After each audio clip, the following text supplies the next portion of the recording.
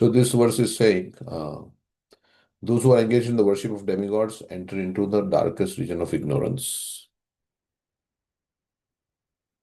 And still more so do the worshippers of the impersonal absolute. Can't see your screen.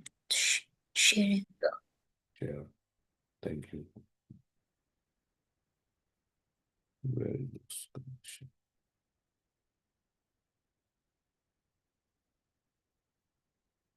Maybe the wrong screen. No, it's the right screen. Okay.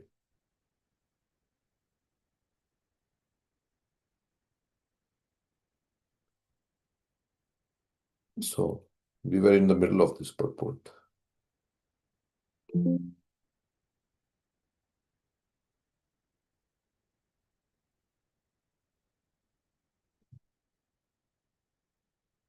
Sri Isopanishad points out that one who worships the demigods and attains to their material planets still remains in the darkest region of the universe. Because you are still in the material world. So the planets of the demigods are also in the material world only. Very cool.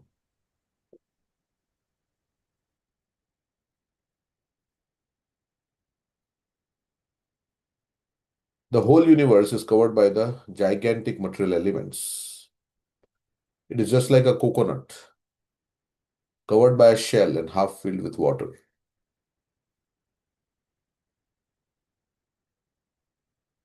So in this universe, which is like a bubble, Garbhodakshaya Vishnu enters, and then with the perspiration from his body, he fills half of that bubble.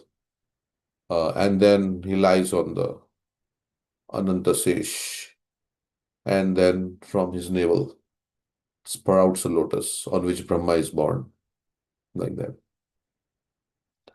So it's like so each universe is like a coconut, which is covered by a shell and half filled with water. So each bubble is like that, a universe. Since its covering is airtight, the darkness within is dense.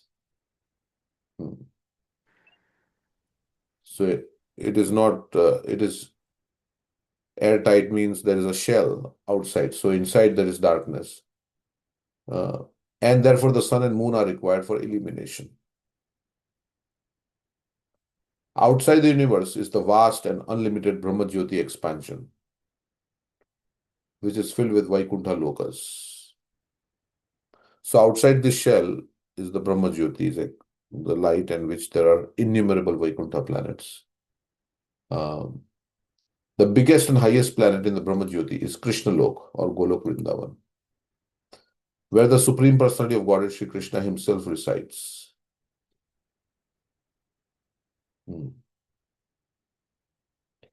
there are many planets outside this shell, and in all these planets, Golok Vrindavan is the highest and the topmost planet, in which Krishna himself is residing.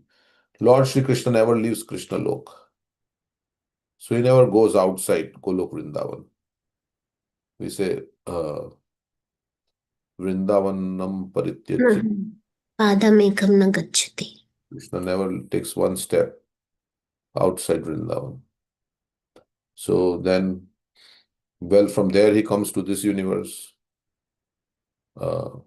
Yeah, he can be simultaneously present in Golok Vrindavan. It's not like when Krishna came here in Golok Vrindavan, there was nobody, right? That's also not correct to say. Because Krishna came 5,000 years back to this, because he can be present. His leelas are going on in so many different planets simultaneously, in the spiritual planets also. So he can be at multiple places. So he resides. Goloka eva nivasatya akhilatma bhuta. He is in Goloka, but he can be residing everywhere. Lord Shri Krishna, he is residing in the hearts of every living entity. Akhilatma bhuta. Lord Shri Krishna never leaves Krishna Lok. Although he dwells there, with his eternal associates, he is omnipresent throughout the complete material world and spiritual cosmic manifestations. This fact has already been explained in Mantra 4. So it is inconceivable because Radharani comes here, Krishna comes here 5,000 years back to this Bhulok, right? They were present here, Radharani and Krishna. So was Golok Vrindavan nobody there? It's not like that. So must be there. But when Krishna comes, he brings all his associates also, we say. So it is inconceivable for us how it is possible. But this is also there in Dwarka Lila, right? Krishna is presenting with every queen. So this fact has already been explained in Mantra 4. What fact? That Krishna is present throughout the material and cosmic material manifestation, material and spiritual. The Lord is present everywhere, just like the sun, yet he is situated in one place, just as the sun is situated in its own undeviating orbit. So one way is that through his energy and his expansions is pervading also. Although sun is in one place, sun is everywhere, all over the United States, right? Big country. And it is there in Florida and in California also the sun is there. Two extreme ends, but still sun is there through sunshine. Okay, so the problems of life cannot be solved simply by going to the moon planet or to some other planet above or below it. Why Prabhupada says like that? Because we are very curious. We want to go here, we want to go there. No, that is nature of human being to see, okay, what is there on that planet? What must be there? That's inquisitiveness. Like Newton, when he saw that apple fall, he said, why the apple is falling? That inquisitiveness is there. What is this universe? Let's go there and see who is there on the moon planet. How it is like on the moon planet. We want like adventure. But by this adventurous, endeavors, we cannot solve the problems. Means what is the problem? We still have to die. Even if you go to this place or that place. Prabhupada was asked, why is death rate so high in America? I mean, in India, if India is a spiritual country, why is death rate so high? He said death rate is same everywhere. Even if you go to America or you go to India or you go to Canada or anywhere, uh, Switzerland or any place.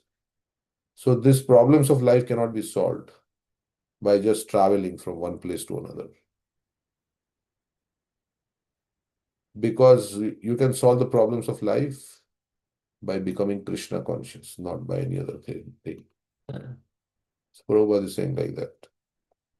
Therefore, Sri Isopanishad advises not to bother with any destination within this dark material universe.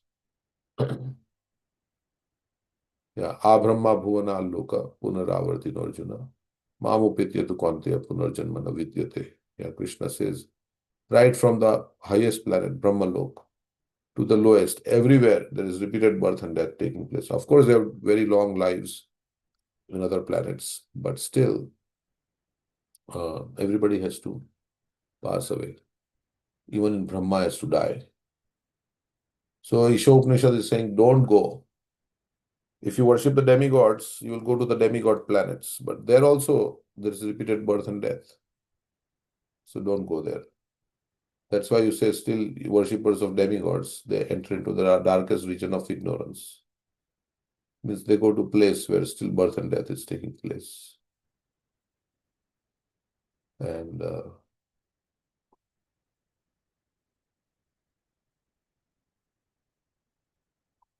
so where are we? Let's see here.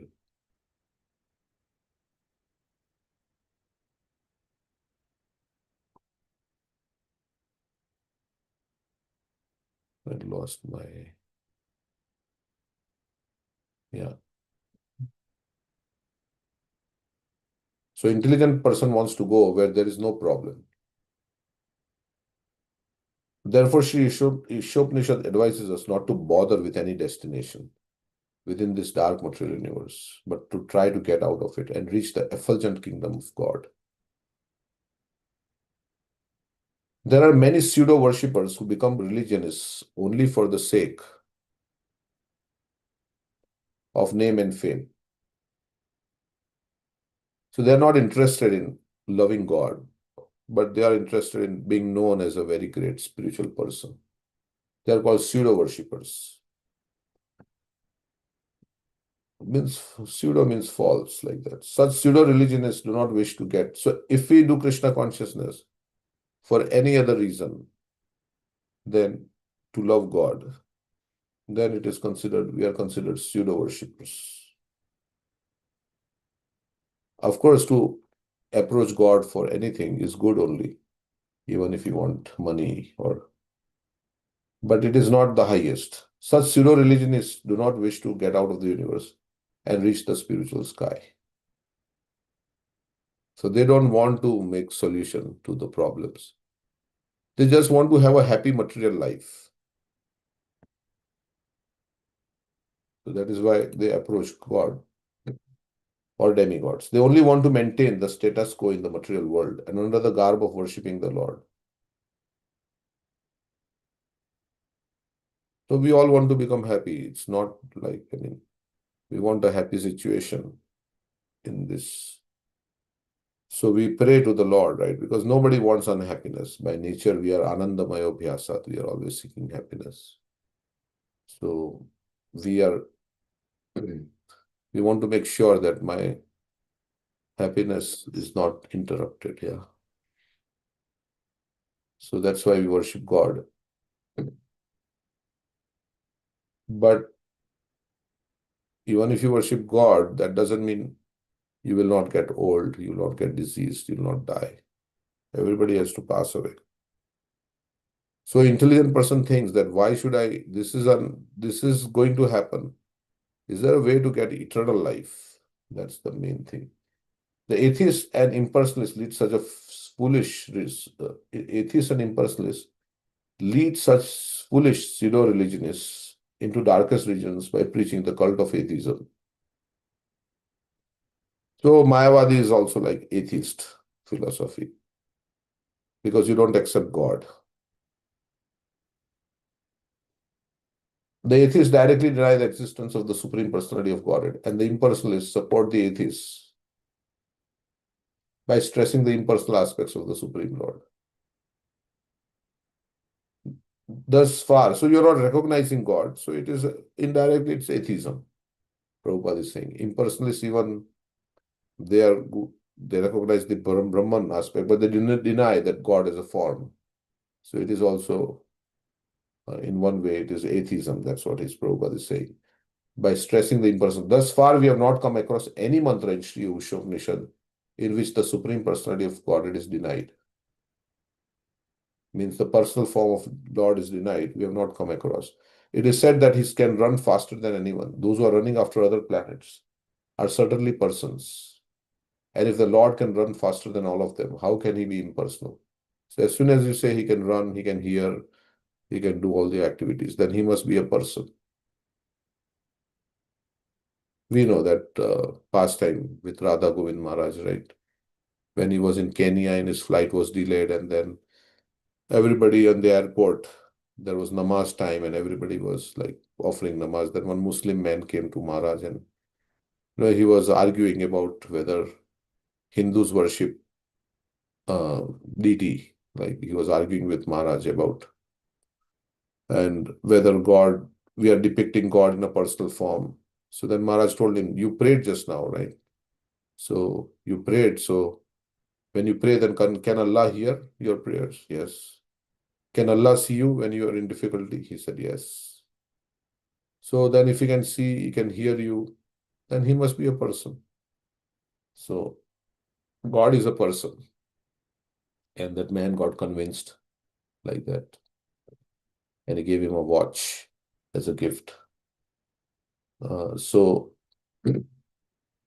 this is a difficult to realize that God is a person. But he's a person with unlimited power. That's how we should think. He's not like a person like us.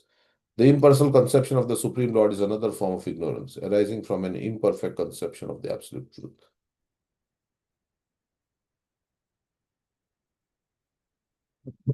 The ignorant pseudo-religionists and the manufacturers of so-called incarnations who directly violate the Vedic injunctions are liable to enter into the darkest region of the universe because they mislead those who follow them. So if you mislead others, then you are also held accountable. Yeah, so better not say anything if you don't know instead of misleading people, because it's a great disservice to mislead people.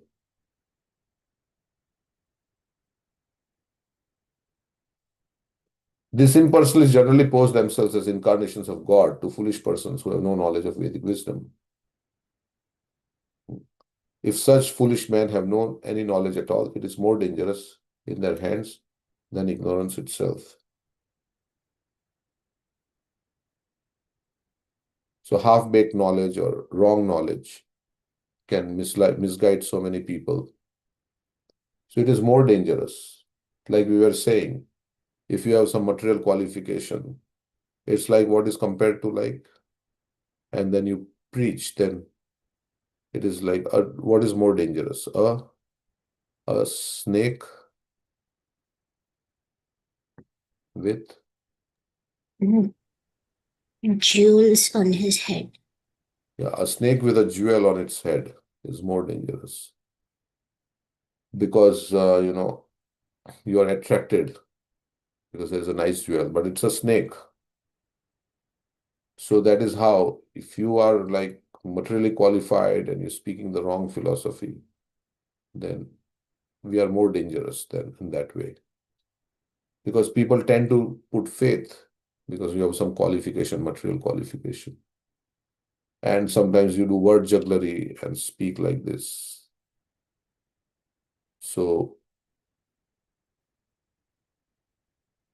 Prabhupada is saying this is more dangerous to have vidya, but material knowledge, and then speak about wrong spiritual knowledge. Such impersonalists do not even worship the demigods according to the scriptural recommendations. So they don't worship demigods. In the scriptures, there are recommendations for worshiping the demigods under certain circumstances. But at the same time, this scripture states that there is normally no need for this.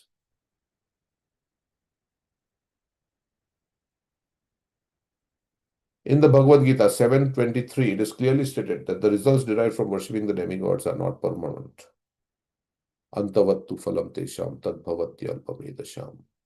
Since the entire material universe is impermanent, whatever is achieved within the darkness of material existence is also impermanent. The question is how to obtain real and permanent life. So one should not be satisfied with some temporary life, which will ultimately end in death. It may be very nice in the sense that you may have many comforts and luxury in life, but it is going to end at certain point. So one should not be very much after this kind of life, which is ultimately going to end someday. When, we don't know, but yeah. So normally what happens, we become satisfied in our material happiness. So, but dissatisfaction is good. Normally we say satisfaction is good. But dissatisfaction is good because if you're dissatisfied, then you will look for a solution. Otherwise, you feel like, no, some people say, now I'm very well settled, Now my children are married and this has happened and this has happened in my life. Now I'm very satisfied.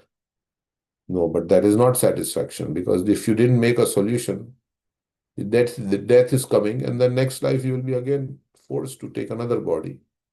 And again, the same things will start. So, and we are going from body to body. So one should not be satisfied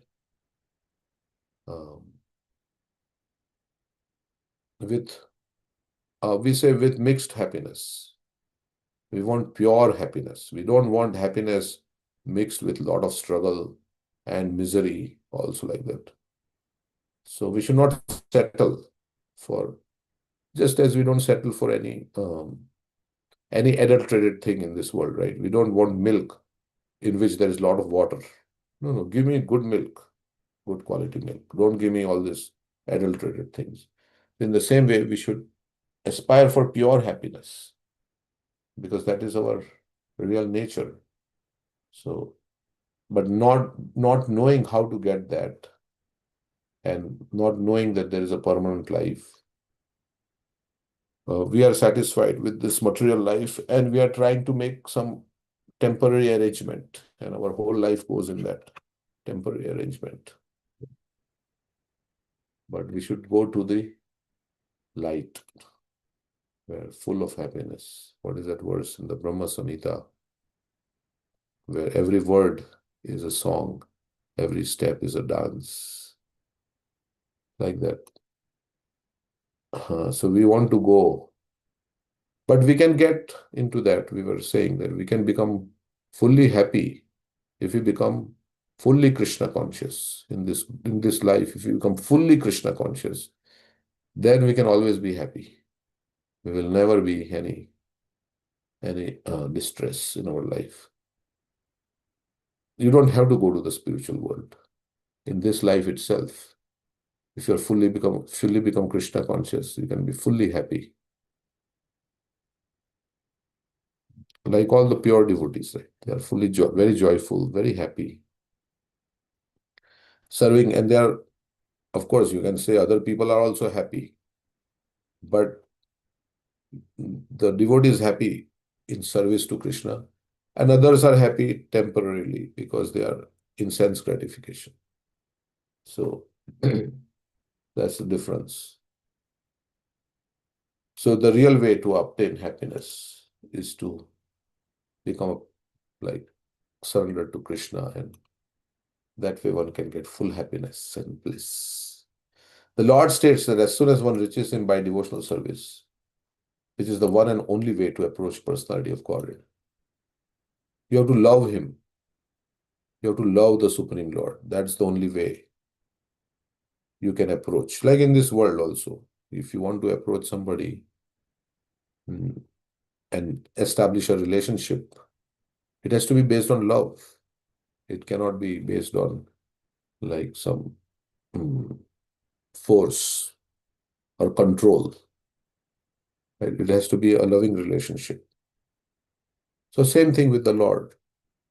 If you want to approach the Lord, then we have to love the Lord. That means we want to do service. We want to do some service for the Lord with love. So we are chanting. So we chant with love. So service we do with love is called devotional service. So everything we have to do with the mood of love. So that's called devotional service. One attains complete freedom from the bondage of birth and death. So if we love the Lord, then we will attain complete freedom. Then if you attain love of God, you become so blissed out that you don't care about liberation from birth and death also. Because you are so happy that you don't feel any misery. Like so many verses are there. Prahlad Maharaj says, right? He says, I'm not unhappy because I am singing your glories. I'm just so happy in your service, serving you, like that. Naivod Vijay Paradurataya Vaitaranyas Tvad Virya Gayan Mahamrita Magna Chitta. So if you are happy, because we are unhappy because we have material desires, which are sometimes fulfilled and sometimes not fulfilled. And things don't go the way we want in our life, and so many things. We have a certain way we are thinking we'll be happy, and when it doesn't go the way we want, then we become unhappy. And that's the nature of the material world. Every material desire may not be fulfilled, right? So many desires we have. So we are sometimes happy, sometimes not happy. When desires are fulfilled, we are happy, otherwise we're not happy. So that is why it's a roller coaster in this material world. But serving the Lord, there is no material condition. And when Lord reciprocates with us, it is said that Krishna consciousness means realizing the Lord's love for us, how much the Lord loves you. So when you realize that, although already the Lord loves us, but when we are awakened in Krishna consciousness, we realize Krishna's love for us. So in this world, if people love you, right, then you feel very happy. If you are surrounded by loving friends, relatives, like that, then you're very happy. So when we realize Krishna's love for us, then we'll feel very happy. Actually, Krishna loves us, but we may not be perceiving it or partially perceiving it. Okay, so one attains complete freedom from the bondage of birth and death. So, in other words, and Krishna not loves not only me, but Krishna loves everybody. So that is also like Krishna's love for all the living entities, because he is not partial, he is loving everybody. But some have realized that Krishna is loving them very much. God loves them very much. So the devotee then wants to tell others how much Krishna loves you. So you should also realize that.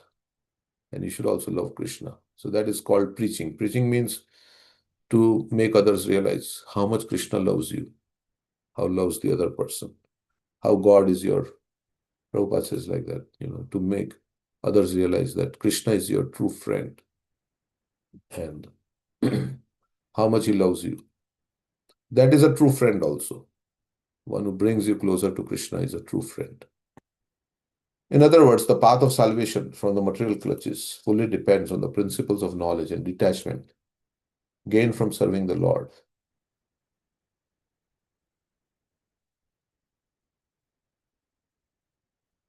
So Gyan and Vairagya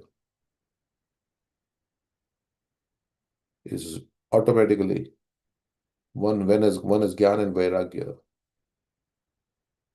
then one becomes free from material clutches. And that happens from serving the Lord. Which verse is that? Vasudeva Bhagavati Bhakti Yoga Prayojitha Janayati Asu Vairagyam Jnanam Cha Yad Ahetukam. So automatically, why you become automatically detached? Because you are getting higher taste by serving the Lord. So you automatically become detached. Vishya vinivartante niraharasya dehinam rasovarjam rasopiyasya param drishtva nivartate. Krishna says in the Bhagavad Gita. So you automatically become detached and knowledge also comes. Because Krishna says, Dadami buddhi yogam tam. I matas mitir jnanam apohanam cha. From me comes remembrance now. So as Chaitya Guru in the heart, he will give you the knowledge also. So Krishna is there and he will give the knowledge by which you can come to me. He says, Dadami buddhi yogam tam yena mam upiyanti te. How we can go back to him? He gives that knowledge. Okay, so the Lord is helping in every way, within and without. Within, he's helping the Chaitya Guru, and without, all the devotees are there. So in this way, the Lord is making arrangements for us. The pseudo-religionists have neither knowledge nor detachment from material affairs. For most of them want to live in the golden shackles of material bondage, under the shadow of philanthropic activities disguised as religious principles.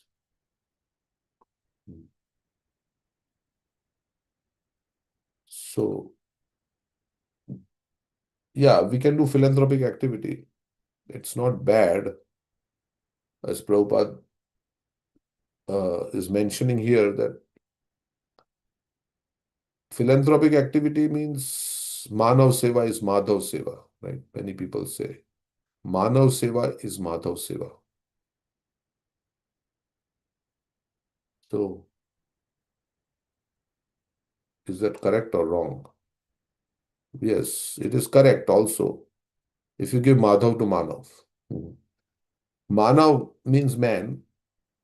Madhav means Krishna. So if you give Krishna to Manav, Manav Seva is service to Madhav, right? Because that's what Krishna wants, to give Madhav to Manav. So Bhakta gives Krishna to others. Right? So he's doing seva. Krishna says, there is no servant more dear to me. Oh, he becomes most dear to me, one who gives Krishna to others. So gopis are also saying, the gopis, the topmost devotees, they are saying, Bhurida Jana. Oh, they are such magnanimous souls, those who distribute Krishna consciousness to others. How dear they are to Krishna. So if you want to become dear to Krishna, first of all, we have to accept and then give Krishna consciousness to others in the form of Srila Prabhupada's books by talking about Krishna to others. So then Krishna will be very pleased with you. So Gita Jayanti is coming up. So we can do some book distribution. You can get Gitas from our temple and give some Gitas, or just invite people in your home and speak about Gita. Do something to give Krishna to others. This is the whole mission of Krishna when he comes in this material world, is to attract them by displaying his pastimes and speaking Bhagavad Gita like that. So by a false display of religious sentiments, they present a show of devotional service while indulging in all sorts of immoral activities. So pseudo-religion is, they are doing something on outside, and inside they are doing something else. So in this way, they pass as spiritual masters and devotees of God. Such violators of religious principles have no respect for the authoritative acharyas, the holy teachers in the strict discipline. They don't follow anybody. They don't agree that somebody is, they think they are the supreme and whatever they're doing is right. They're not submissive to the acharyas in the disciplic succession. They ignore the Vedic injunctions, acharya upasana. One was worship the acharya. Acharya upasana, saucha, that verse. Amanitvam madhambitvam ahimsa ahimsa shanti rajavam acharya upasana. Amanitvam madhambitvam ahimsa shanti rajavam acharya upasanam saucham sthairyam atma vinigraha. Yeah. So they ignore, they don't take guidance from the acharya. And Krishna's statement in Bhagavad Gita, evam parampara praptam. So whether a guru is bona fide or not, you have to see if they are speaking according to previous acharyas, and are they accepting Krishna's words, Krishna's supremacy. If they're not speaking, they may call themselves a Sadguru or this or that, but they're not really gurus, because they are supposed to speak what Krishna is speaking, what previous acharyas have spoken. The supreme science of God is received through disciplic succession. Instead, to mislead the people in general. Like Prabhupada says, you cannot say somebody is a Mahatma just by rubber stamping. Oh, this person is a Mahatma. What are the qualities of Mahatma? It is described. Mahatmanastu mam partha devim prakritim ashritaha bhajanti ananya manaso gyatva bhutadimavyaya. Krishna says, this is the quality of a Mahatma. Satatam kirtayanto mam yatantasya dridhavritaha namasyantasya mam bhaktya nitya yukta upasate. They've taken shelter of Devi Prakriti, devotional service, Radharani. Instead, to mislead the people in general, they themselves become so-called acharyas, but they do not even follow the principle of the acharyas. Okay, any comments on this? We read some verses, paragraphs. Hare Krishna Prabhuji. So nowadays, like in Kali Yuga, we can see like so many pseudo-religionists and who themselves claim as Sadguru or like Bhagavan. What's the basic reason for that, Prabhuji? Because lot of pseudo-religionists, I can say, like I have seen in India, that they don't claim the superiority of Krishna also. they don't follow the previous acharyas, but people are following them blindly. Even I was also one of them, but by Krishna's mercy, I got into ISKCON Prabhuji. I just wanted to know the reason, like why there are so many uh, pseudo So, religionists. yeah. So I was thinking, well, this is a madhouse. This material world is a madhouse. Like Krishna says, Ichha Dvesha Samuthena Dvanda Mohena Bharata. Anybody who's born here in this material world is basically has come out of envy, dvesh, and desire to enjoy. Ichha Dvesha Samuthena Dvanda Mohena Bharata. So it is the prison in the so every all the rebellious souls have come here. Uh, Otherwise, we won't be here in the material world. Now we are all trying to get better by accepting Krishna, but mostly it is all rebellious souls. So we have come in this material world denying Krishna's authority, Krishna's supremacy, and we want to do our own thing. So it is to be expected that in this material world there'll be all this kind of things will come up always. Even during Krishna's time, who was that who was posing himself as Krishna? He had put on some, Ponderic. huh? Ponderic? Pondrak, Pondrak, Pondrak. Pondrak. Pondrak, right? So even in Krishna's times, there were people.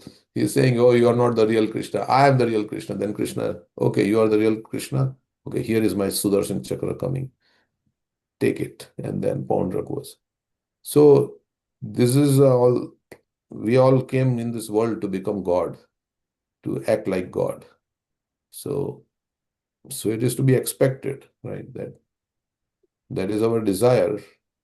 Um, so we are in this material world. That's what I can say, and that's why there's everybody wants followers, right? So people have not read Shastra and they are speaking and they are doing some magic.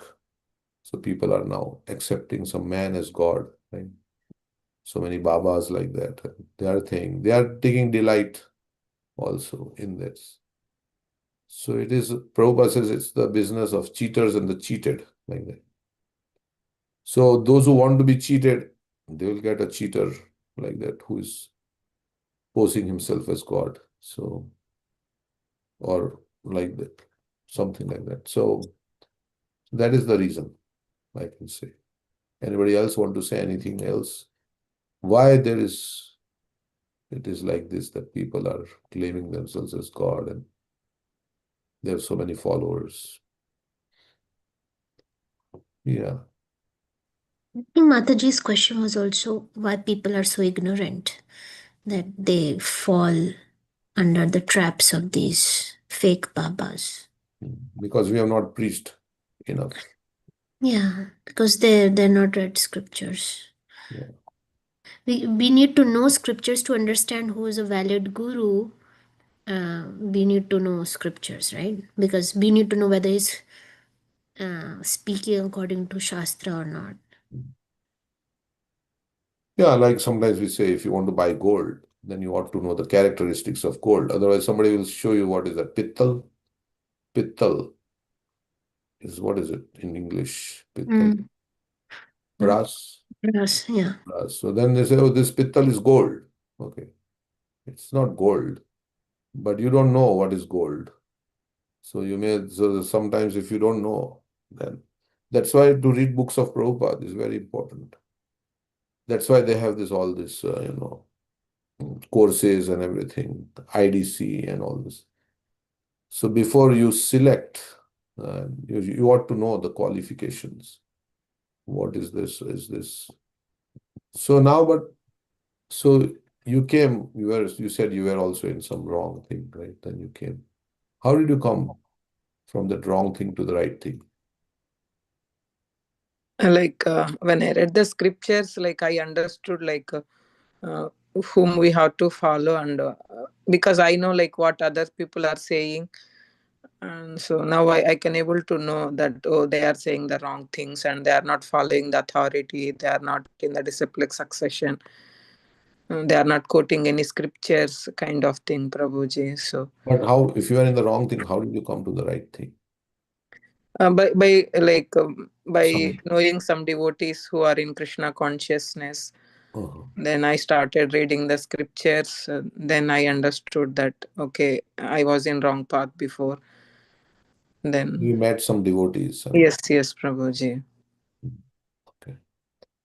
So that is why, yeah, we have to go out and give the books and do preaching. Because if you say directly that you are in the wrong path, that false ego hurts us. So because we Mm. were in the same path for so many years, so all of a sudden if someone says, "Oh, you are not in right path. This is not that thing that you have to follow," then we might feel like disheartened. So the best way that I felt is like reading Prabhupada's books and slowly get out of that wrong way. Yeah, it hurts. Yeah, because if you're in the wrong mission, wrong some society, and then you've been doing that for years, somebody comes along, no, no, this is not the right thing. This is not the right. Then you say, oh, I was doing for so many years, it's all wrong. It doesn't, because generally we want to think that whatever I'm doing is right. So that is also, yeah. So we have to deal with very sensitively. And we can be like Vidura also, Dhritarashtra. Vidura gave a heavy dose to Dhritarashtra. There is a lecture by Tamal Krishna Maharaj, very strong lecture. I I Mhm. I think everybody should see that. It's called God's Competitor, and I'm going to paste the link. He's talking about Sai Baba, like person who was creating ashes Hmm. of or creating gold things from air. He was saying that I can burn this building down and create a lot of ashes. What Hmm. is the worth of ashes? So, like, I pasted this verse from the Bhagavatam, Canto 12. It's saying that just people will look at the external symbols. Like, this person is dressed like a Babaji or has a clothes of a sannyasi. So, he should be respected. And person who is clever at juggling words will be considered a learned scholar. One who is able to speak very nicely and can attract people with his speech will have followers. Yes. So any Like material. the Ah, Dhirendra Prabhuji or something in Vrindavan Prabhuji. For 2 days, the whole Vrindavan was, block out. It was all the people, they shut down the shops and everything. It was totally so. If we listen to these. Now we have to test. yeah. So yeah, we don't want to say that anybody outside ISKCON is Amog Lila Prabhu. We heard that. There may be bona fide devotees, but they have to be in parampara and they should be speaking what Krishna is speaking. So these are nice, like you can, because the chat will be gone, so you can, right, you can take these links and hear this class by Tamal Krishna Maharaj. Very beautiful. Very convincing. I heard this way back in 98. I got a video tape from the ISKCON Houston temple, and I was very like awed by it. Now, so these are all the links.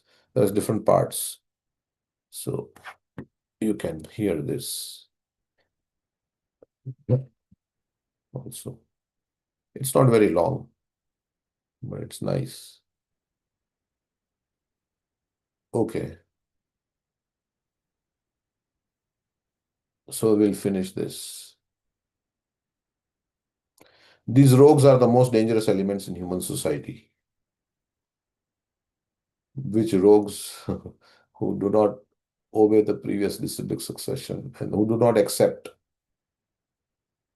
These rogues are the most dangerous elements in human society because and they pose themselves as spiritualist.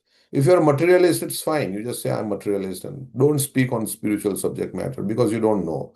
That's okay. You're not cheating anybody and you're in your thing. But if you're misguiding, then that's more dangerous. So these rogues are the most dangerous elements in human society because there is no religious government. They escape punishment by the laws of the state. They cannot, however, escape the laws of the Supreme, who has clearly declared in Bhagavad Gita that envious demons in the garbs of religious propagandists shall be thrown into the darkest regions of hell. These are the two verses.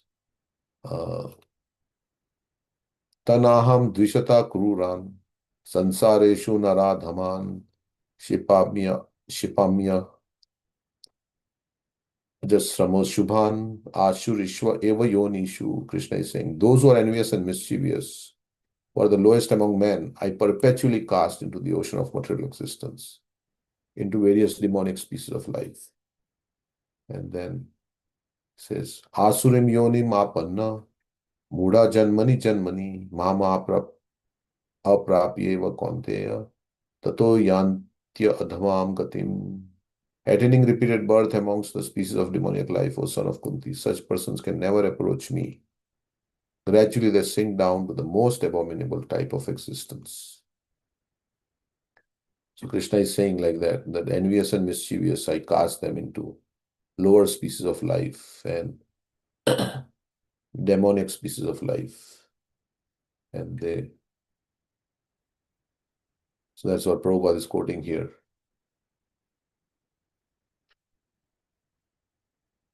Then how does it become like a God who is very kind? Prabhupada says that how can we say God is very kind if he's doing like this? Well, he's just reciprocating with their desire. So Krishna has created all the subterranean heavenly planets, right? Below earth, there are subterranean heavenly planets, and they are so opulent and so much facility for enjoyment. But they are called Rakshasas there because they are very much into they are called Asura. Ashu means what? Very quickly. And Ra means Ramante. They want quick sense enjoyment. They're very attached to sense gratification. They're called Asura. So there's so much enjoyment. Krishna is just reciprocating with their desire. So Prabhupada says like that. So they are also you may say, well, it's not so bad there, right? Because they are enjoying ultimately. But that it may be various demonic species of life may also mean that. Or it may mean like some. So Prabhupada is saying that God should not be advertised as all merciful because he's casting them into lower species of life. Then how can you advertise God as all merciful? The Prabhupada says, no, it is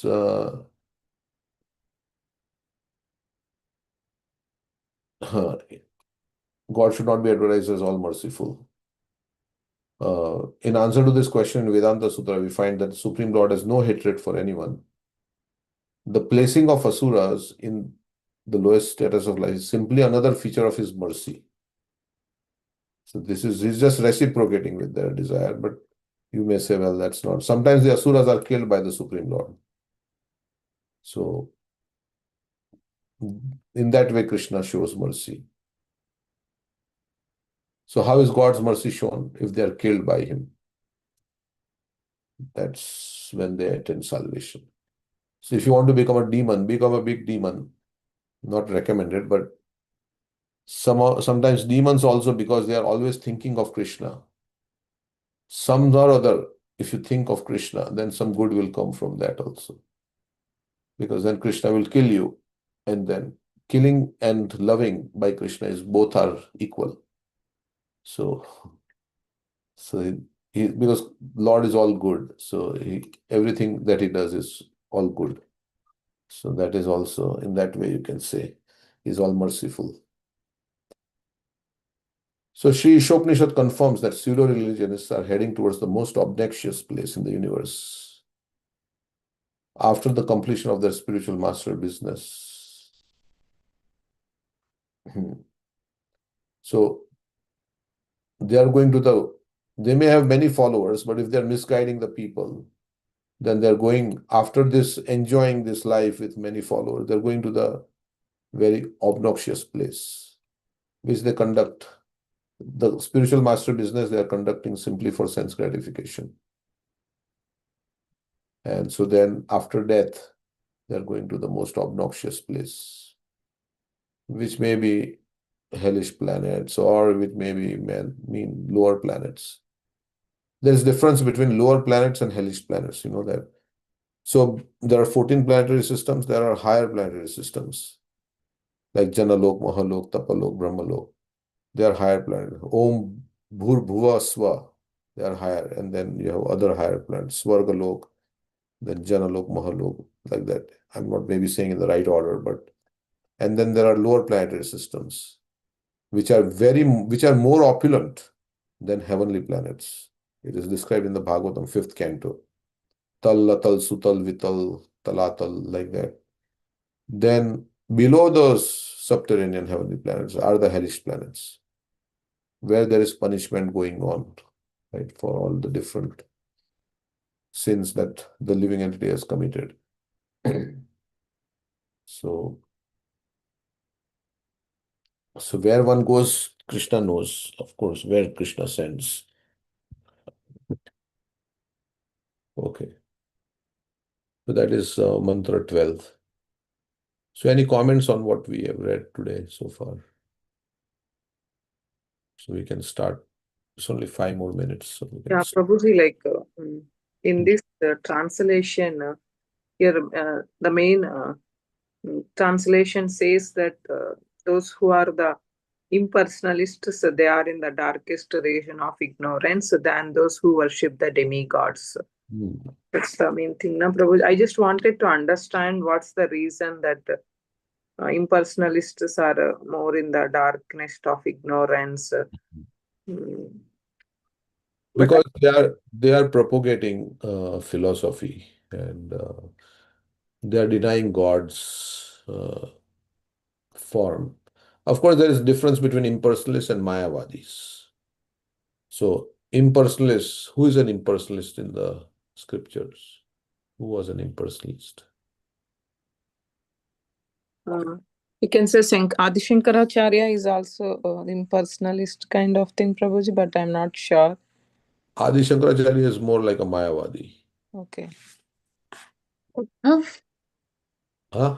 or four Kumaras, The four Kumaras and Shukdev Goswami. Sukadeva Goswami, like that. So they were impersonalists. But impersonalists are not against, maybe Prabhupada tells this. Mayavadis are those who are against the form of Krishna. They think Krishna's form is Maya. Their Vad means the philosophy, and Maya means illusion. So they think that everything is illusion. Even Krishna's form, only Brahman is Satya. Brahma Satya Jagat Mithya. So they are called Mayavadis. They are considered as offenders to the Lord, because impersonalists may be more attracted to the all-pervading absolute us, but they are not, maybe they don't have knowledge about Krishna, and they can be attracted. So Sukadeva Goswami was attracted, we say, when he heard about Krishna. The Mayavadis, they are more like deny Krishna completely, or impersonalists accept Krishna, but they accept impersonal form of Krishna. So sometimes it is interchangeably used, right? This Mayavad and impersonalist, they are interchangeable. These words are interchangeably used. But yeah, they're more or less same, but Prabhupada gives the difference. So the question is that how the impersonalists are great offenders. Yeah. Because they are denying like the supremacy of they say the Lord has no form, the Lord has no ear, no senses, nothing like that. So it is kind of an insult to the Lord. So Mhm. Yeah, one step above that is where somebody's understanding the superiority of the demigods. It's one step above in the ladder, right? Where they understand that something is superior, so I should follow certain rules and regulations.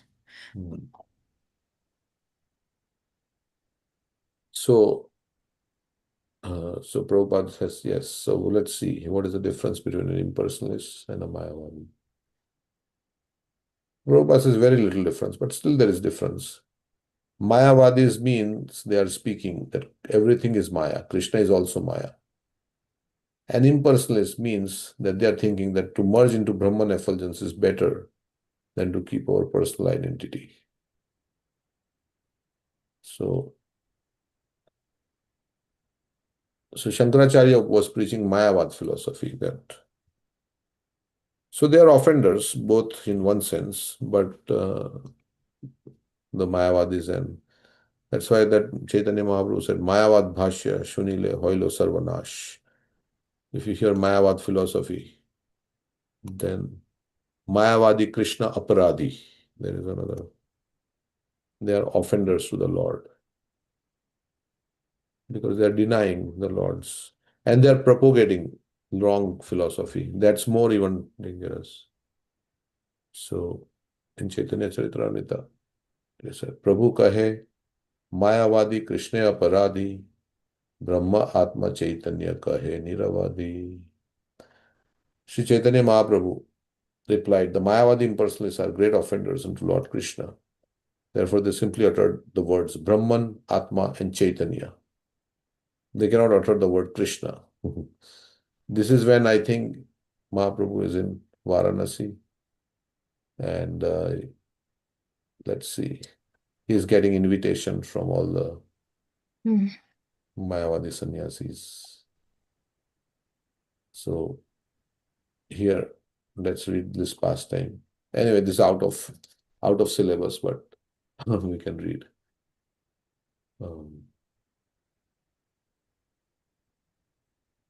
So Prakashananda Saraswati and all the Mayavadis is there in the Varanasi. Varanasi is a great place for all these Mayavadis. So this Brahmana came to Lord Chaitanya. He was staying in Tapan Mishra's house, I think. And the Brahmana who is coming, so everybody wanted to invite the Lord to his home for lunch. So Chandrasekhar Acharya and Tapan Mishra were there. So we'll read some verses.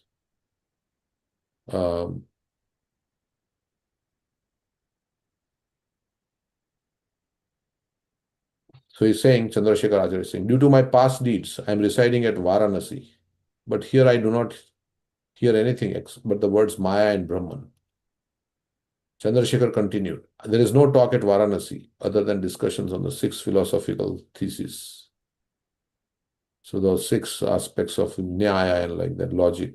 Nonetheless, Tapan Mishra has been very kind to me, for he speaks to me topics about relating to Lord Krishna. My dear Lord, we too think, and we'll finish in 5 minutes or so. My dear Lord, we too think of your lotus feet incessantly. Although you are the omniscient, Supreme Personality of Godhead, you have granted us your audience. So Tapan Mishra and Chandrasekhar, they were great devotees. Lord Chaitanya was staying there in Varanasi. My Lord, I have heard that you are going to Vrindavan. Please stay here at Varanasi for some days and deliver us, for we are your 2 servants. Tapan Mishra then said, my dear Lord, as long as you stay at Varanasi, please do not accept any invitation other than mine. You only come to my house. Even though, that means he was staying somewhere else, even though he had not made such a plan, Sri Chaitanya Mahaprabhu remained for 10 days at Varanasi. So it was out of his plan, but he stayed. Because the Lord, whatever his devotees want, he changes his plans according to if the devotees want, then he stayed 10 days at Varanasi, being obligated by the requests of his 2 servants. At Varanasi, there was a Maharashtrian Brahman who used to come to Delhi to see Sri Chaitanya Mahaprabhu. This Brahman was simply astonished to see the Lord's personal beauty and ecstatic love for Krishna. So one Brahmana used to come every day to see Lord Chaitanya. And Chaitanya Mahaprabhu was very beautiful. His molten golden complexion, Radharani's complexion. When the Brahmanas of Varanasi would invite Sri Chaitanya Mahaprabhu to lunch, the Lord would not accept their invitations because they were not proper. He would reply, I've already been invited somewhere else. Oh, he would say, no, there is some other invitation I already have. He would have no invitation, but not directly refuse. He is using diplomacy. He's saying, no, I have already some invitation somewhere else. He didn't have. Every day, Sri Chaitanya Mahaprabhu refused their invitations because he feared associating with Mayavadi sannyasis.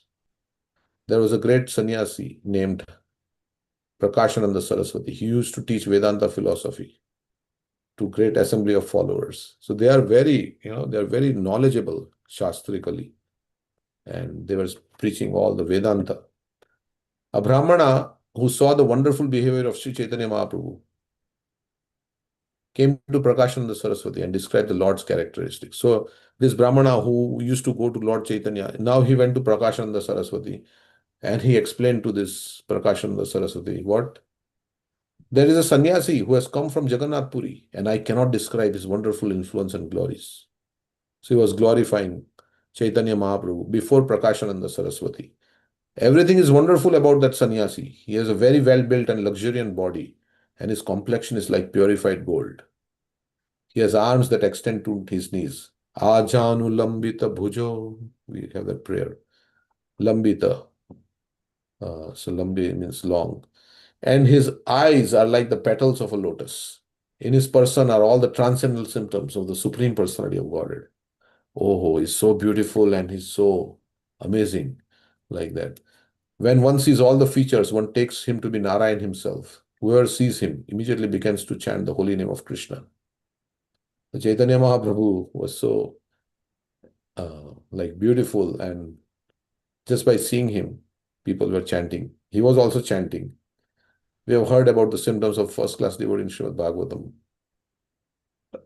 All those symptoms are manifest in the body of Sri Chaitanya. So we say, Chaitanya Mahaprabhu gave the definition of Vaishnava. One whose presence inspires others to chant Hare Krishna is a first-class devotee.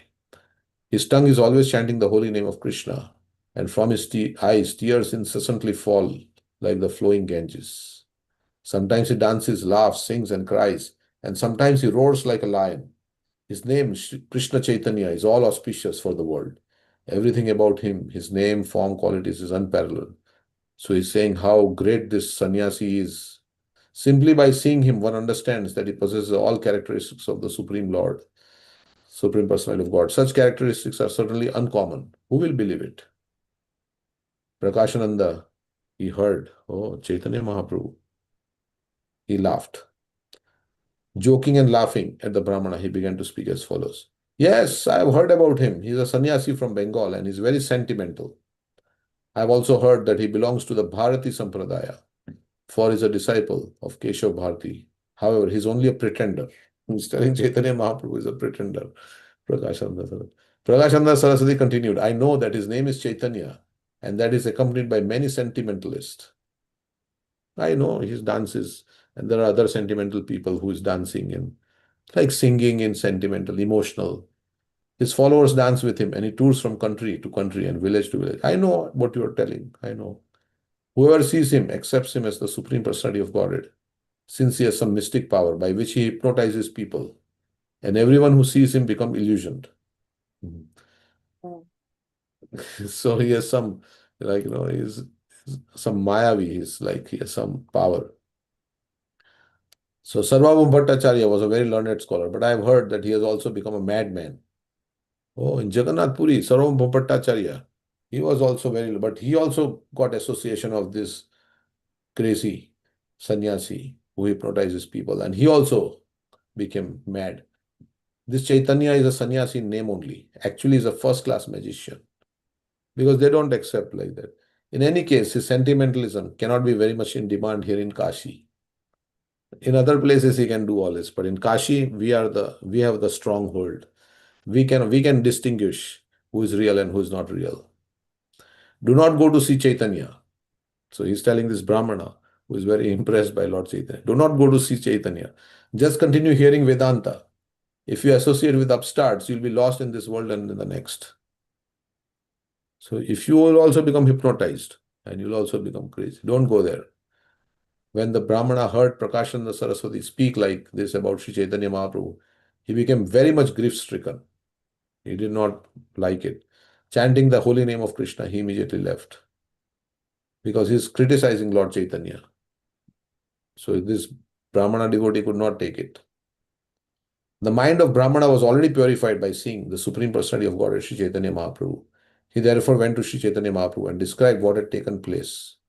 So he told, I went to Prakashananda Saraswati and this is what he said. He told all this to Chaitanya Mahaprabhu. Hearing this, Chaitanya Mahaprabhu mildly smiled. The Brahmana then spoke again to the Lord. The Brahmana said, as soon as I uttered your name before him, he immediately confirmed the fact that he knew your name. While finding fault with you, he uttered your name 3 times, Chaitanya, Chaitanya, Chaitanya. Although he spoke your name 3 times, he did not utter the name Krishna. Because he uttered your name in contempt, I was very much aggrieved. Why could Prakashananda not utter the names Krishna and Hari? He chanted the name Chaitanya thrice. As far as I'm concerned, simply by seeing you, I am moved to chant the holy names of Krishna and Hari. Sri Chaitanya Mahaprabhu replied, so that is the verse I was quoting. The Mayavadi impersonalists are great offenders unto Lord Krishna. Therefore, they simply utter the words Brahman, Atma, and Chaitanya. But that Prakashananda Saraswati was delivered by Lord Chaitanya later on. You can see. Because they are offenders unto Krishna, the Supreme Personality of Godhead, who is identical with his holy name. The holy name Krishna does not manifest in their mouths. So they cannot speak Krishna. Because these are Brahman, Atma, Chaitanya is all related to consciousness. So like that it goes on, glorifying Krishna's holy name. Oh.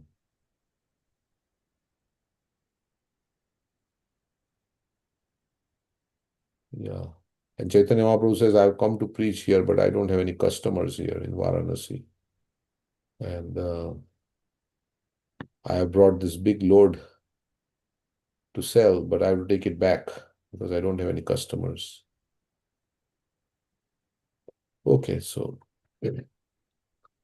that's why Chaitanya Mahaprabhu doesn't. Okay, we'll stop here.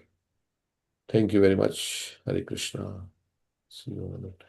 Thank you, Prabhuji. Thank you, Prabhuji. Hare Thank Krishna. you. Hare Krishna.